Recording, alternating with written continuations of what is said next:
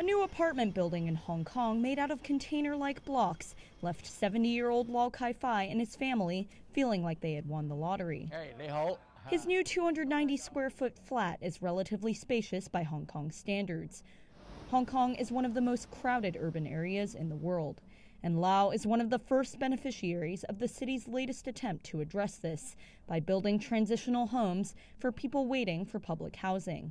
His new space is a far cry from apartments in other big cities like London or Tokyo. But it's more than triple the size of where him and his family used to live, cramped in a subdivided flat otherwise known as one of Hong Kong's infamous coffin homes. But not all locals are as lucky as Lau's family, who can bide their time in a temporary flat for the next 2 years. On average, the wait for public housing can stretch to over 5 years. More than 200,000 Hong Kongers living in subdivided flats are on the wait list. 37-year-old Coco Chan is one of them.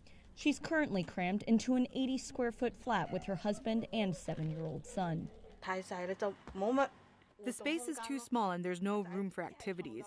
My son can only stay on his bed or here in the living room, and now he can't even go out.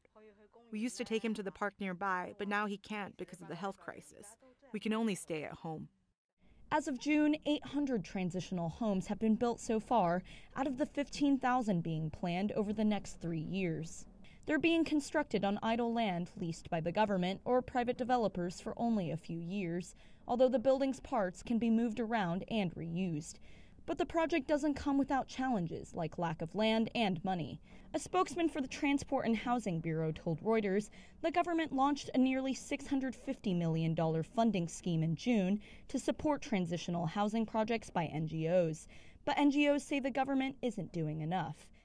With more than 1 million of Hong Kong's 7.5 million residents being squeezed into poverty, the pressure is still on to find more permanent solutions to the city's serious housing shortage.